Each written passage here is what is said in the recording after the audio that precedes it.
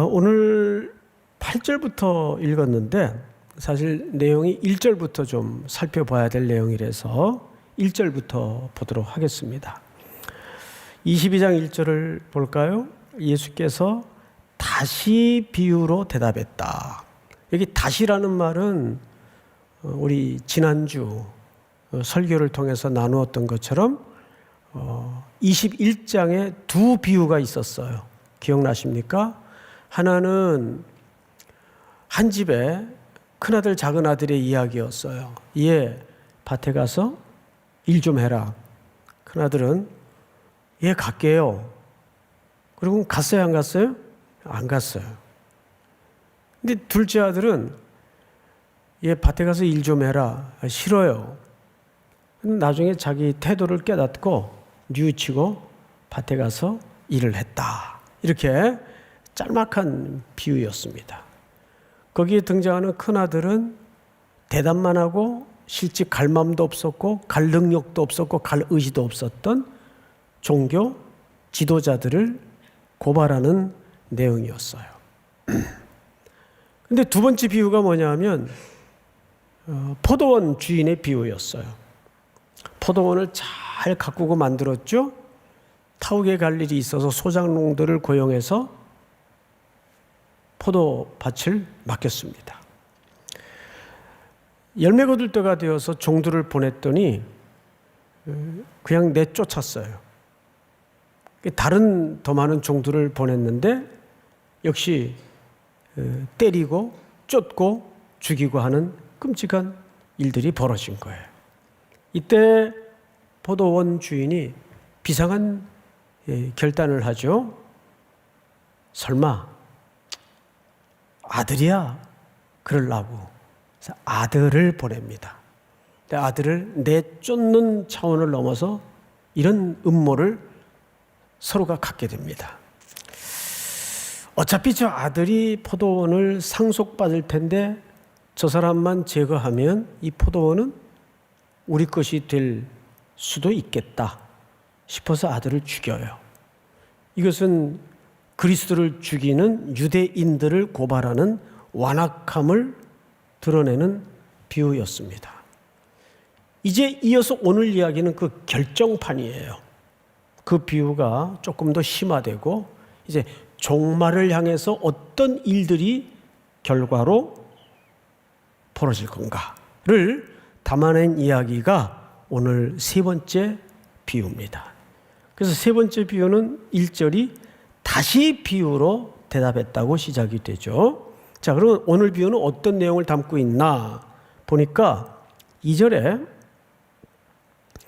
천국은 마치 자기 아들을 위하여 혼인잔치를 베푼 어떤 임금과 같다. 그러니까 오늘 이 비유는 이제 성격이 규정됐죠?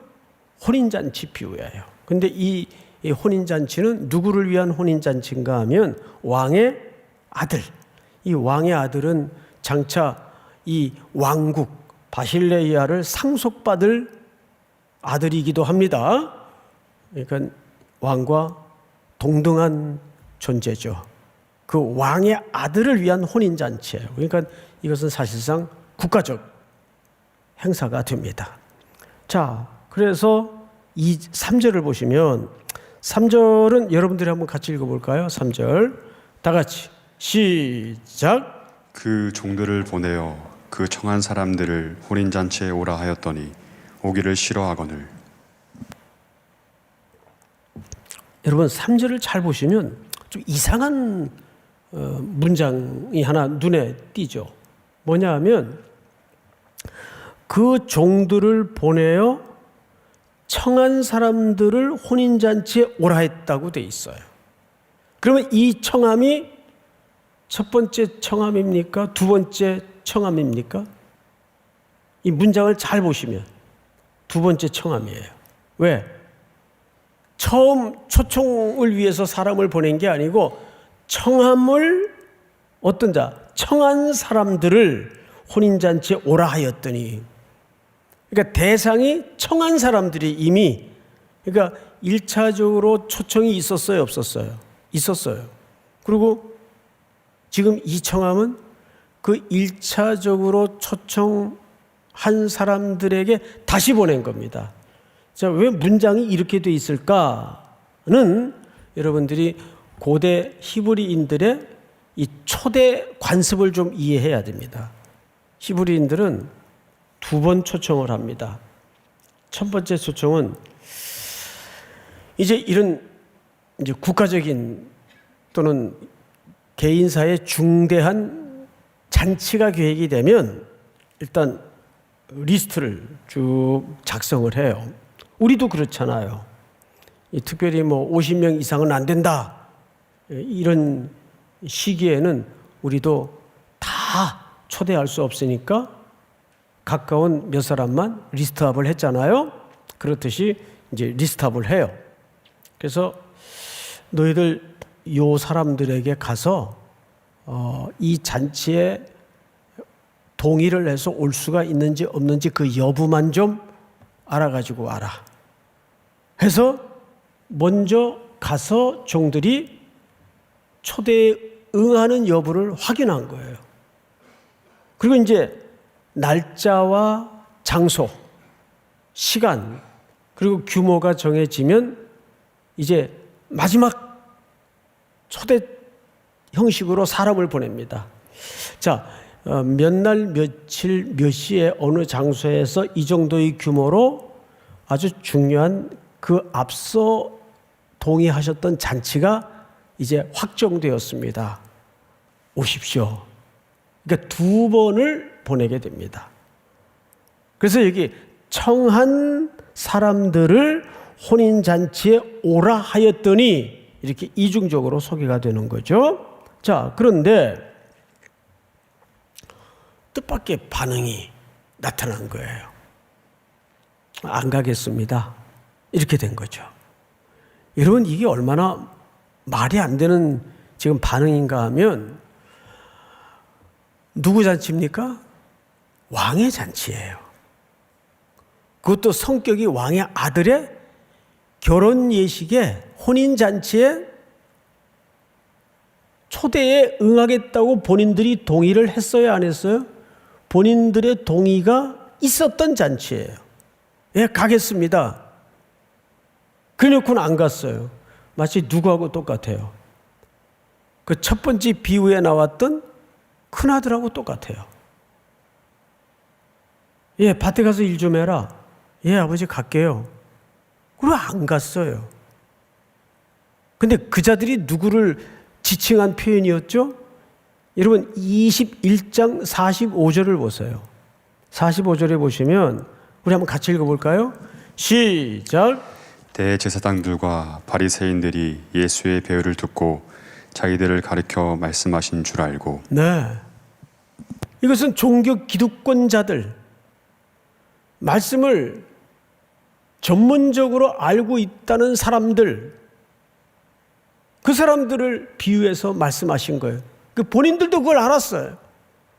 근데 이제 그들의 결말이 어떻게 되겠느냐를 설명하기 위해서 오늘 비유가, 이야, 오토바이가 세게 지나가네요. 네. 막 가슴이 뛰네요, 지금.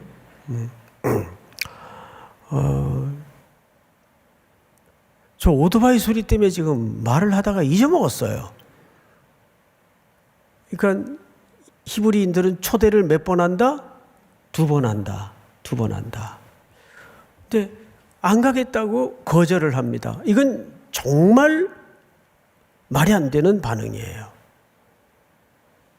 그런데 이 임금이 굉장히 선하고 착하고 좋은 분이에요. 웬만한 임금 같으면 뭐 어째 이놈들이 동의를 해서 다 준비를 해놨더니 안 온다고? 그런데 3절을 잘 보세요. 그 종들을 보내어 그 청한 사람들을 혼인잔치에 오라 했더니 오기를 싫어하거늘 다시 다른 종들을 보내며 이르되 청한 사람들에게 이르기를 내가 오찬을 준비하되 나의 소와 살진 짐승을 잡고 모든 것을 갖추었으니 혼인잔치에 오소서 하라 하였더니, 여기 다른 종들을 보냈어요. 자, 여러분, 이제 앞을 보세요. 민수기 22장에 보면 어떤 내용이 나오냐면, 바락이라는 사람이 발람을 초대하기 위해서 사신을 보내요. 근데 발람이 거절하니까 더 높은 사람을 보내요.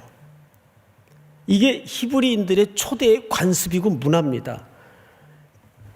그러니까 여기서는 이 무슨 얘기냐면, 다른 종들을 보냈다는 말은 직급이 더 높은 종들을 보냈다라는 뜻이에요. 그러니까 갈수록 거절을 당하면 더 높은 사람을 보내요. 그래서 더 높은 직급의 종을 보냈을 가능성이 거의 100%입니다. 어쨌든 성경을 보세요. 다른 종들을 보내어 두 가지를 얘기합니다. 이렇게 극진히 최고로 모든 걸 준비했으니 오십시오라고 다시 주인은 기회를 줘요. 그런데 그 반응을 좀 볼까요? 5절, 그들이 돌아보지도 않고, 여기 돌아보지도 않는다는 말은 그냥 무시했다 그 말이에요. 이게 먼지를 털듯이. 여러분, 창세기 19장에 보면 롯이 사위들에게 불심판을 예언하자 사위들이 뭘로 여겼다고요? 농담으로 여겼더라. 농담으로 여겼다라는 말은 먼지를 털었다 그 말이야. 이게 뭐야? 근데 이거는 그거보다 더 심한 태도예요. 무시해버렸어요. 게다가 거기서 멈추었으면 아니 뭐 지맘이니까 그럴 수도 있겠다 싶은데, 여기 보니까 그 남은 자들은 종들을 잡아 모욕하고 죽이니, 이렇게 돼 있어요. 어떤 사람은 논으로 가고, 어떤 사람은 장사하러 가고. 근데 심지어는 남아 있는 사람들이 죽였어요. 모욕하고. 누군가 나라와 나라 간에 사신을 보내는데 그 보내어진 사신을 죽이면 곧 뭐가 일어납니까? 그건 전쟁을 선언하는 거예요. 누구를 향해서? 나라의 임금과 왕을 향해서. 그러니까 이거는 모반이고 반역입니다.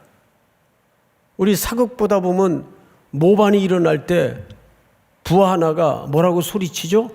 반역이다! 그러면 그건 전쟁을 벌이는 거예요. 이건 말 그대로 임금에게 전쟁을 선포하는 거예요. 이때 임금의 인내가 끝났어요. 수많은 기회를 주었고 여지를 주었지만 다 무시당하고 모욕당하고 죽임당하고 거절했어요. 어떤 일이 벌어질까요? 자, 6절. 그 남은 자들은 종들을 잡아 모욕하고 죽이니 임금이 노하여, 이제 누구를 보내죠? 종들을 보내는 게 아니라 군대를 보냅니다. 여러분, 이 군대는 언제나 성경에서 일관되게 하나님의 심판의 도구입니다. 때로는 천상의 군대를 동원하시고, 때로는 이방 나라를 들어서 군대를 보내어 하나님의 말씀을 떠난 백성들을 징벌하곤 했습니다. 그러니까 성경에 등장하는 군대는 하나님이 부리시는 징계와 심판의 도구예요. 이제 군대를 보내서 그들이 맞이하는 종말을 보십시다. 이렇게 됩니다. 군대를 보내어 그 살인한 자들을 진멸하고 그 동네를 불사르고, 이렇게 돼 있어요. 그리고 8절에 보면 그 사람들은 합당치 않았다. 아주 중요한 표현을 씁니다. 8절을 한번 다 같이 읽어볼까요? 시작. 이에 종들에게 이르되 혼인잔치는 준비되었으나 청한 사람들은 합당하지 아니하니. 네. 청한 사람들은 여러 번 청함을 받았고 많았어요. 근데 초대가 곧 잔치에 앉을 수 있고 구원을 받는 것은 아니에요. 이건 아주 중요한 원리입니다. 초대가 곧 구원을 얻고 잔치에 앉을 수 있는 것은 아니에요. 근데 여기에 뜻밖의 희한한 반전이 일어납니다. 8절을 한번 볼까요? 9절. 네 거리 길에 가서 사람을 만나는 대로 혼인잔치에 청하여 오라 하라. 이제는 이 초청이 어디로 넘어갑니까? 사실상 네 거리 길에 가서 만나는 대로 오라고 한 것은 아무나 데리고 오라. 그 말은 이 복음이 앞으로 어디를 넘어갈 것을 암시하고 있는 거죠. 이방의 경계를 넘어갈 것을, 그들이 개돼지 취급하던 이방의 경계를 넘어갈 것을 암시하고 있는 거예요. 그리고 이제 여러분들이 읽으실 구절이 10절입니다. 10절이 어렵습니다. 한번 자꾸 하나하나를 새기면서 읽어보시기 바랍니다. 시작. 종들이 길에 나가 악한 자나 선한 자나 만나는 대로 모두 데려오니 혼인잔치에 손님들이 가득한지라. 이제 잔치가 벌어질 모양새는 다 갖추어졌습니다. 근데 여기 여러분들 읽다가 뭐가 탁 마음에 상식선에서 걸립니까? 예? 길거리 나가서 만나는 대로 다 데려와라. 아무나 구분 없이, 기준 없이 다 데려와라. 근데 그 속에 누구누구가 포함되어 있었어요? 악한 자, 선한 자, 구분하지 말고 다 데려와라. 그러면 우리가 이렇게 질문할 수 있겠죠. 그러면 악한 자도 구원을 얻을 수 있는 거예요? 자, 여기서 우리는 2000년 전에 유대인들의 기득권을 가진 종교 지도자들, 율법을 기준으로 세상을 해석하던 선생들에 의해서 도대체 규정되어진 악한 자들은 누구냐 그 말이에요. 누굴까요? 율법의 해석에 의해, 율법이 말하는 게 아니라 율법의 그들의 해석에 의해 그 시대적으로 통념에 가두어져서 죄인, 악한 자라고 규정된 사람들은 누구냐 그 말이에요. 장애인, 여자, 세리, 창기, 가난한 자, 이방인, 이 다 악한 자들이에요. 왜? 하나님의 저주의 대상이었기 때문에. 이게 말씀을, 진리를 잘 가르치고 해석하고 알고 있다는 종교 지도자들의 기준과 사회적 규범이었고, 그 사회적 규범이 사회적 통념을 형성했어요. 저들이 왜 가난하냐? 하나님께 복을 받지 못해서 그렇다. 복 받지 못한 것을 뒤집어 얘기하면 하나님께 저주를 받아서 그렇다. 그러니까 악한 자예요. 죄인이에요. 장애인도 마찬가지고, 여자도 마찬가지고, 이방인도 마찬가지예요. 여기서 말하는 악한 자는 그렇게 잘못된 성경의 규정과 해석에 의해서 악한 자라고 규정된 그 악한 자들을 얘기합니다. 선한 자는 누굴까요? 선한 평판을 받았던 사람들이 있죠. 니고데모, 아리마대 요셉, 이런 사람들은 그 시대에 선한 사람들로 평판이 있었어요. 근데 니고데모가 한밤중에 예수님을 찾아와서 내가 어떻게 하여 영생을 얻을 수 있겠습니까? 라고 질문하는 모습을 예수님이 유심히 뚫어보시더니 뭐라 그러셨어요? 내가 거듭나야 하겠다. 거듭나야 하겠다. 그러니까 선한 것이 그 사람을 구원하지 않는다 그 말이에요. 근데 여기서 악한 자나 선한 자를 다 데리고 왔어요. 이것은 아직 이 사람들이 초대에 합당한 사람인지 아닌지 그 직전이에요. 이제 잔치에 벌어질 기초적인 준비는 다 됐는데 이 모습을 보려고 이제 임금이 연회장으로 들어왔어요. 어떤 분들이 오셨나, 또 얼마나 오셨나, 이제 살피러 당연히 주인이니까 들어오셨겠죠? 그런데 탁 눈에 띄는 한 사람이 들어옵니다. 여기 한 사람이라고 소개되어 있어요. 예복을 입지 않는 사람이 눈에 띄어요.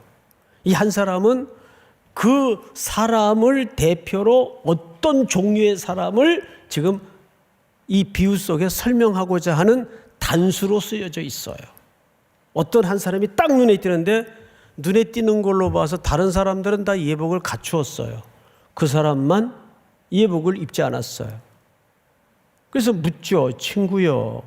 이 친구라는 표현은 끝까지 주인의 입장에서, 초대한 입장에서 겸손하고 친절한 태도를 버리지 않은 겁니다.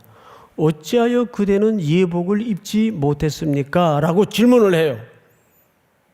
그랬더니 이 사람이 대답을 했어요, 못했어요? 아무 대답을 못했어요. 그러면 독자들의 입장에서 이렇게 생각할 수 있잖아요. 아니 막 길거리에서 만나가지고 오라 그래서 왔는데 언제 옷 갈아입을 여력이 있다고. 이게 소위 요즘 말하는 길거리 캐스팅된 거 아니에요. 예? 그럼 다른 사람은 어떻게 입고 왔을까요? 여기 문화적 관습을 이해하셔야 되는데 언제나 이런 초대에는 주인집에서 잔치에 입고 앉을 예복을 다 준비를 합니다. 예? 근데 이 사람만 거리에서 입고 지내던 그 옷을 그대로 입고 들어온 거예요. 안 갈아입었어요. 기회도 있었고 아마 제공도 했을 거예요. 그런데 본인이 안 갈아입었어요. 뭘로 알 수 있느냐? 그 주인의 질문에 한마디를 대답을 못했습니다. 성경을 볼까요? 이렇게 돼 있어요. 12절 우리 한번 같이 읽어보겠습니다. 12절 시작. 이르되 친구여 어찌하여 예복을 입지 않고 여기 들어왔느냐 하니 그가 아무 말도 못하거늘. 네, 그가 아무 말을 못했어요. 아무 대답을 못했어요. 근데 이때 뜻밖의 지금까지 그렇게 자비롭고 인내하고 다정한 모습을 보이던 이 임금이 매우 가혹스러울 정도로 엄중한 결론을 냅니다. 임금이 사환들에게 말하되 그 손발을 묶어 바깥 어두운데 던지라. 슬피 울며 이를 갈미 있으리라. 이걸 읽다가 일반 상식선에서는 야, 그럼 오라 그래서 온 것도 없고 그런데 뭐 이렇게까지 할 필요가 있나 싶죠. 근데 이게 무슨 그림이었다고 말씀을 드렸죠? 종말적 그림이에요. 이 설명은 종말적 그림이에요. 왜 이렇게 가혹하게 끝이 나는가? 여러분 14절에 그 이유가 있습니다. 다 같이 한번 읽겠습니다. 14절 시작. 청함을 받은 자는 많되 택함을 입은 자는 적으니라. 자, 청함 받은 자는 많았어요? 많지 않았어요? 많았어요. 많았어요.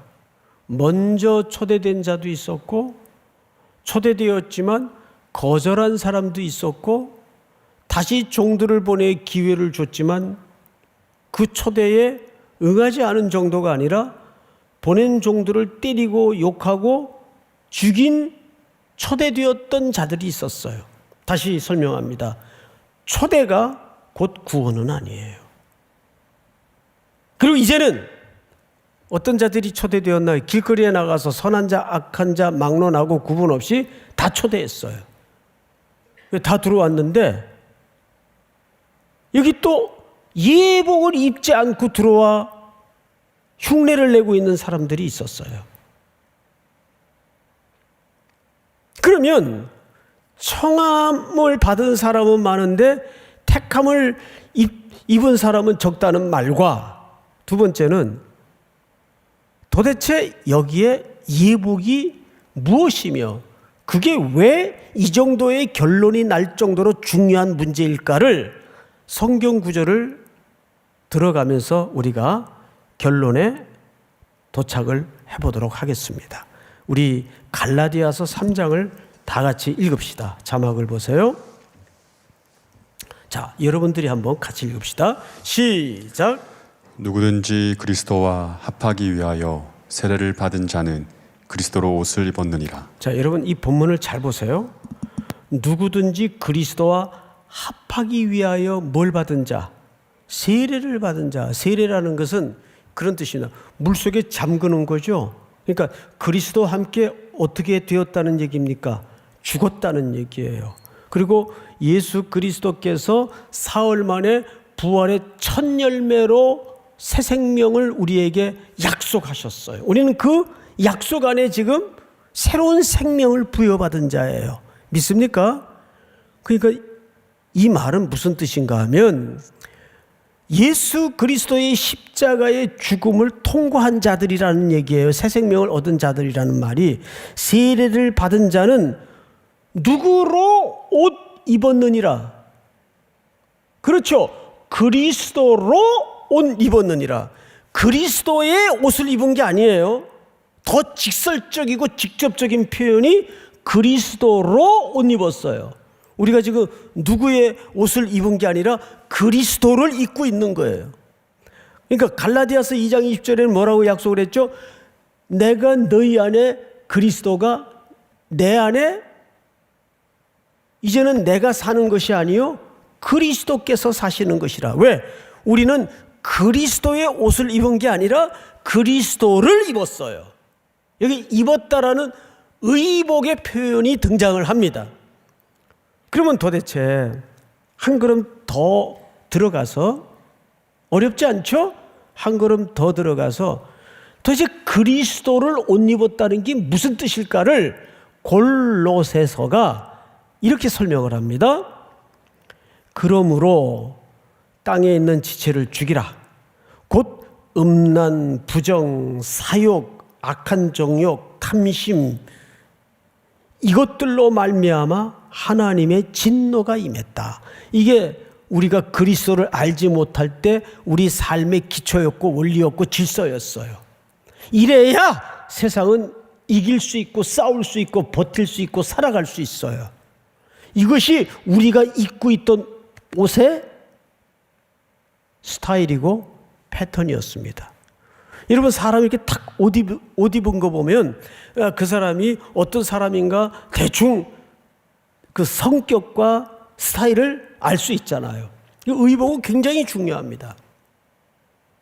제가 고등학교 중퇴하고 잠깐 뭘 했었는가 하면 단추 가게에서 여성 단추를 띄어다가 종로 그 거리에 양장점이 그때 쭉 있었어요. 그래서 요 단추는 요 의복에 가장 어울리겠습니다. 그래서 그걸 그때 뭐 1보단 2보단, 그러니까 단추 하나짜리 2개짜리, 그걸 제가 배색을 시켜주는 그 중개 상인 역할을 했어요. 어린 나이에. 그래서 그 종로 양장점 주인 누나들이, 야, 너 참 눈썰미 있다. 어쩌면 이 옷 색깔에 이 단추를 추천하니 처음에 안 어울릴 것 같더니 진짜 어울린다. 야, 옷이 산다. 그리고 칭찬을 굉장히 제가 많이 받았어요. 예, 그때 참 오랜 기억이네요. 그러니까 그때 이렇게 여성들 옷 입는 거에 대해서 제가 민감하게 보는 그 눈을 본의 아니게 접했던 시절이 있었어요. 마찬가지예요. 우리는 과거에 어떤 의복을 입고 살았는가 하면 어둠의 권세 잡은 자들. 그 다음, 여기 본문 어디 갔어요? 그 다음 골로새서를 띄워주세요. 너희도 전에 그 가운데 살 때는 그 가운데서 행하였으나 이제는 너희가 이 모든 것을, 중요한 단어가 등장해, 벗어버리라. 이 벗어버린다는 말은 의복을 지칭하는 표현 아니에요. 이제는 그런 의복을 벗어버려라. 곧 분함과 노여움과 악의와 비방과 너희 입에 부끄러운 뭐니라 말. 이러면 말이라는 것은 왜 중요하냐 하면 그냥 사운드가 아니잖아요. 그냥 소리가 아니잖아요. 말은 그 사람의 내면에 축적되어 있는 가치가 담아져서 나오는 거 아니에요. 예? 부끄러운 말, 욕하는 거, 이런 거. 그 욕이 하루아침에 나오는 게 아니에요. 거짓말이 하루아침에 나오는 게 아니에요. 오랜 세월 반복하고 훈련된 자기의 아이덴티티가 정체성으로 견고히 웅크리고 있다가 그게 툭툭툭툭툭 그냥 따발총 쏘듯이 그냥 나오는 거예요. 그러니까 언어라는 것은 그만큼 중요한 겁니다. 근데 우리도 사실은 그래야 버틸 수 있던 세상에서 그렇게 살았어요. 다음 절을 볼까요? 너희가 서로 거짓말을 하지 말라. 옛사람과 그 행위를 또 뭐라고 돼 있어요? 벗어버리라. 벗어버리라. 아, 요즘 뭐 TV만 틀면 대통령 되겠다는 분들 말이 와, 이건 진짜 아무 말 대잔치예요. 아무 말 대잔치. 막말 대잔치예요. 디스하고 비하하고 공격하고 그래야 되는지는 몰라도 제가 이번 주간에 그 연예계에 아주 꽤 이름 있는 유명한 분들하고 점심 식사를 잠깐 했어요. 좀 서로 격려하려고 할 일이 있어서. 그분들이 제일 힘든 게 뭐냐 하면 TV에 이렇게 출연을 하면 방송에서 시킨대요. 디스하라고. 그래야 시청자들이 카타르시스를 느끼고 재미있어 한다고.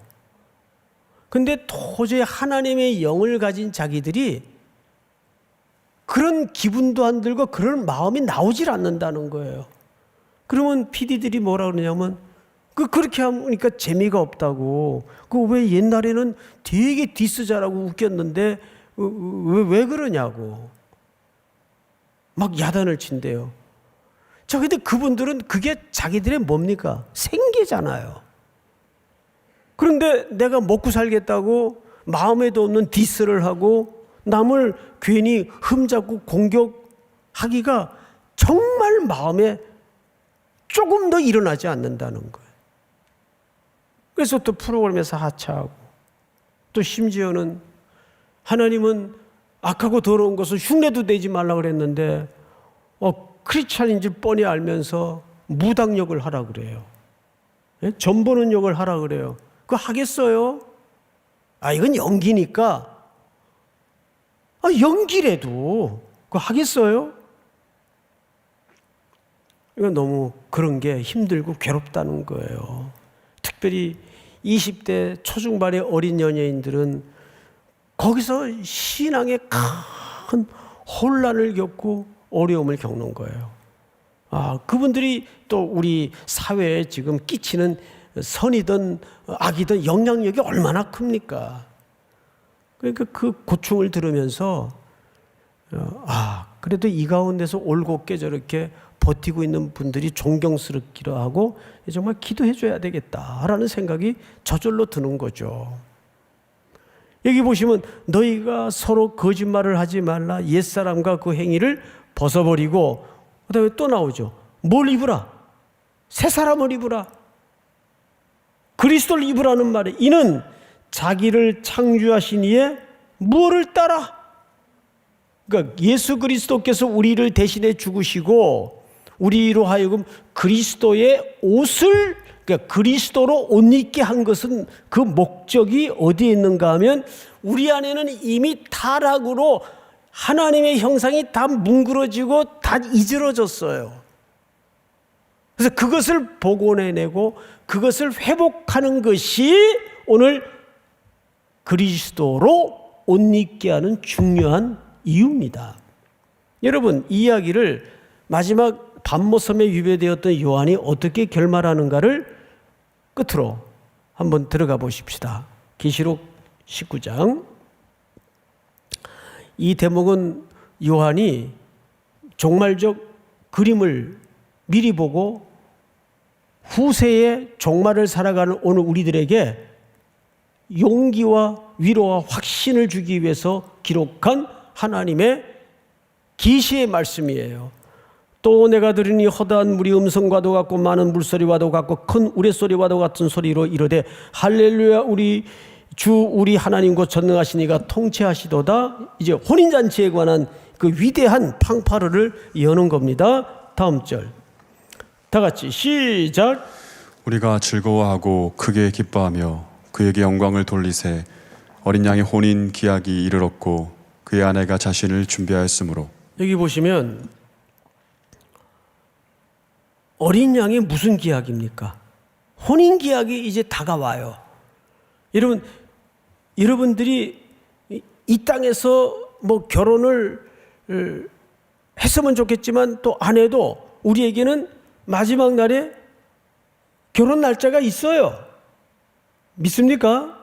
혼인 기약이 이르렀고 그의 아내가 자신을 준비하였으므로. 여기 왜 신부라고 말하지 않았죠? 아내라고 설명하고 있어요. 정확하게. 신부라는 말은 헬라 말에 눈페라는 단어로 신부라는 표현이 있어요. 근데 원문을 보니까 눈페라는 단어를 의도적으로 쓰지 않고 여기에 보면 귀네라는 단어를 써요. 이게 아내입니다. 신부가 아니에요. 제가 저녁 예배 시간에 참 요즘 저녁 예배가 그립죠? 저녁 예배 시간에 안 그리운가요? 저는 사실 뭐 주일 예배도 주일 예배지만 저녁 예배가 참 그리워요. 피곤했어도 그 저녁 때 가득 앉아서 말씀을 듣던 또 말씀을 가르치던 기억이 참 목이 마릅니다. 저녁 예배 시간에 제가 유대인의 정혼과 결혼에 대해서 분명히 설명을 드렸어요. 유대인은 결혼식을 몇 번 한다고요? 2번 해요. 처음에는 신부의 집에서 치루어집니다. 그리고 결혼식이 언약이 이루어지면 신랑은 신부에게 이마를 남기고 떠나요.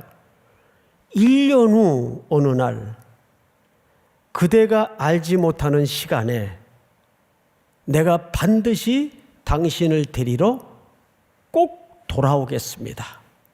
이 말을 남기고 신랑은 말을 타고 뽀얀 먼지를 날리면서 언덕을 넘어 신랑 집으로 돌아갑니다.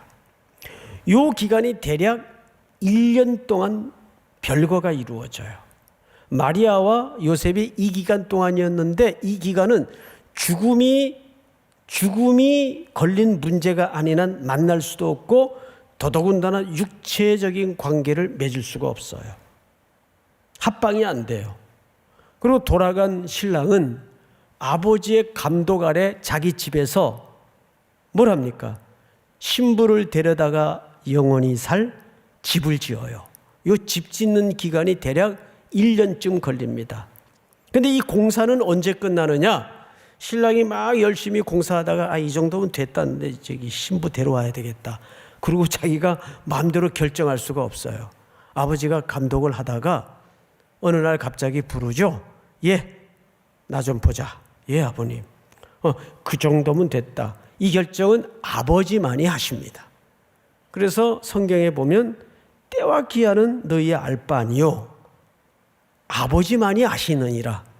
그러니까 예수님은 모른다는 얘기가 아니라 예수님에겐 그 고난이 없다는 얘기입니다. 그 결정은 아버지가 하신다는 얘기입니다. 그러면 그날 밤 한달음에 신랑은 동료들을 동반해서 신부를 데리러 떠납니다. 그리고 데려와 그 집에서 7일간의 결혼 예식이 진행이 되는데 그날을 7일간의 기간을 히든데이라고 유대인들은 불러요. 그러니까 요한복음 2장의 가나 혼인잔치는 첫 번째 결혼식이었을까요? 두 번째 결혼식이었을까요? 두 번째 결혼식입니다. 그래서 이 요한계시록에 오늘 보니까 어린 양의 혼인 기약이 이르렀고 그의 신부가 아니라 아내입니다. 그러니까 여러분들은 그리스도의 지금 누굽니까? 아내들이에요. 이제는 우리의 모든 삶은 다시 우리를 데리러 오실 그 신랑의 모든 시간표를, 목적을, 의지를 맞춰야 됩니다. 믿습니까? 자, 그 다음에 볼까요? 8절. 아주 중요한 얘기, 오늘 본문과 직결된 표현이 여기 등장을 하는데 그에게 빛나고 깨끗한 세마포 옷을 입도록 허락하셨으니, 여기 세마포 옷은 흰 색깔의 옷을 얘기합니다. 그 세마포의 실이 가늘수록 색깔이 빛나고 희어요. 그래서 깨끗한 세마포 옷을 입도록 허락하셨으니 이 세마포 옷은 성도들의 뭐라? 옳은 행실이야. 디카이오마라는 말을 써요. 이게 법적 포고령을 뜻합니다. 그러니까 여기 옳은 행실이라는 것은 중의적 의미를 갖고 있어요. 그 설명을 들으면 이렇습니다. 옳은 행실은 구원을 낳는 행위로서 옳은 행실을 말하는 게 아니에요. 그러니까 즉 뒤집어 설명하면 그 옳은 행실이 있어야 구원을 받는다는 얘기가 아니에요.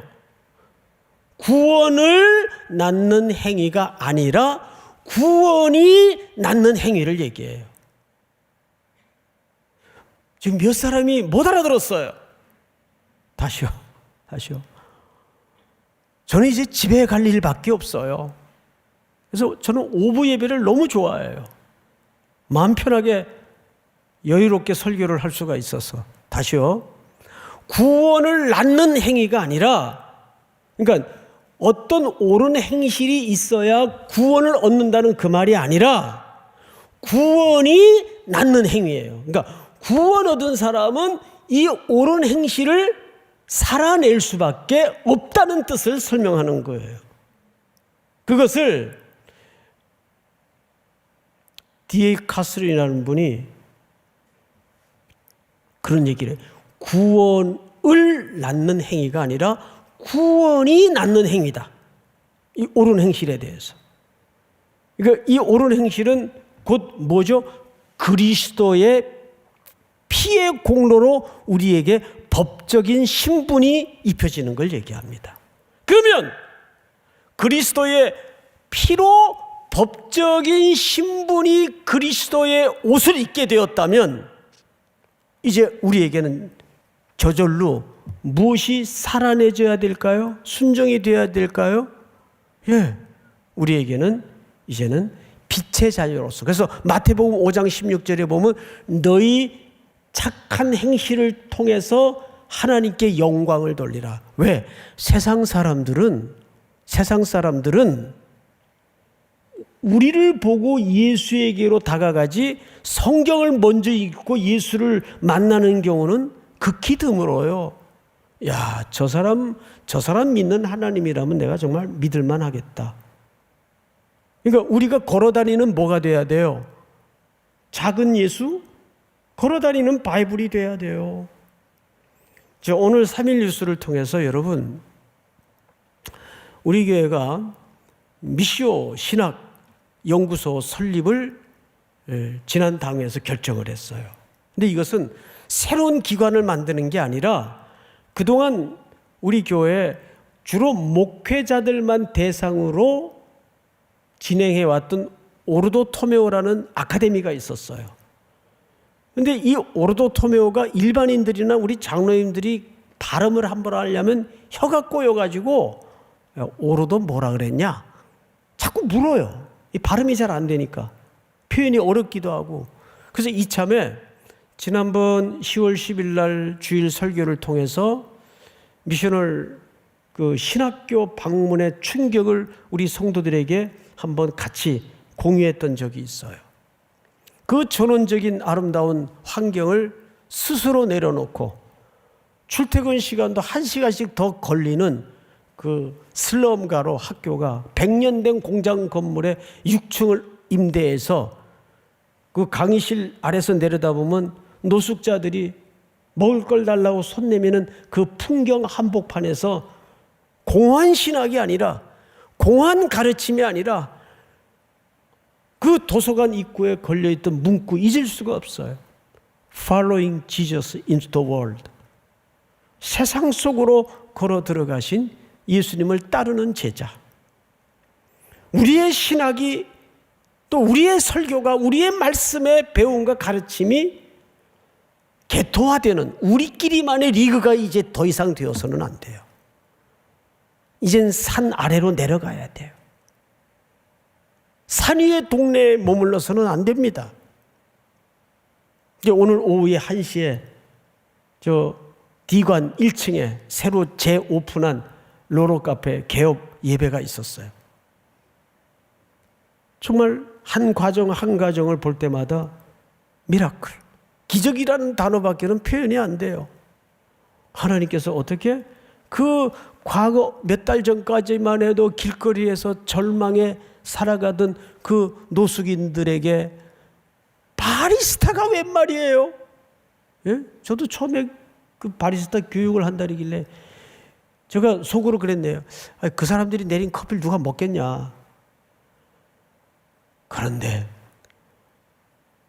아주 구수하고 맛있어요. 이것도 또한 기적이에요. 진짜 10월 말까지 50% 디스카운트를 해주니까 기회를 놓치지 말고 한번 가서 잡숴보세요. 인테리어도 우리 교회하고 어울리지 않게 잘 해놨어요. 예? 우리 교회는 이게 꼭 창고 같잖아요. 창고. 자, 이제는 우리가 그리스도께서 길 위를 걸으시는 것처럼, 그래서 카페 이름이 왜 로로입니까? 로드 온 더 로드. 길 위의 주님, 세상 속으로 들어가신 주님. 일터에서, 캠퍼스에서 여러분들의 삶을 통해서 그리스도의 옷을 입은 자의 삶이 어떤 삶이어야 되는가를 세상이 매력에 끌려오고 세상이 설득당하는 그런 순종과 삶의 헌신과 결단이 또 한 주 속에 집요하게 물러서지 말고 우직하게 앞으로 한 걸음 한 걸음 전진하듯이 행군하듯이 두벅두벅 또 발걸음을 내딛는 우리 3일의 모든 공동체가 될 수 있기를 주님의 이름으로 축원하고 축복합니다. 10월 31일까지 50% 다 일어나십시다. 세상 모든 민족이 구원을 얻기까지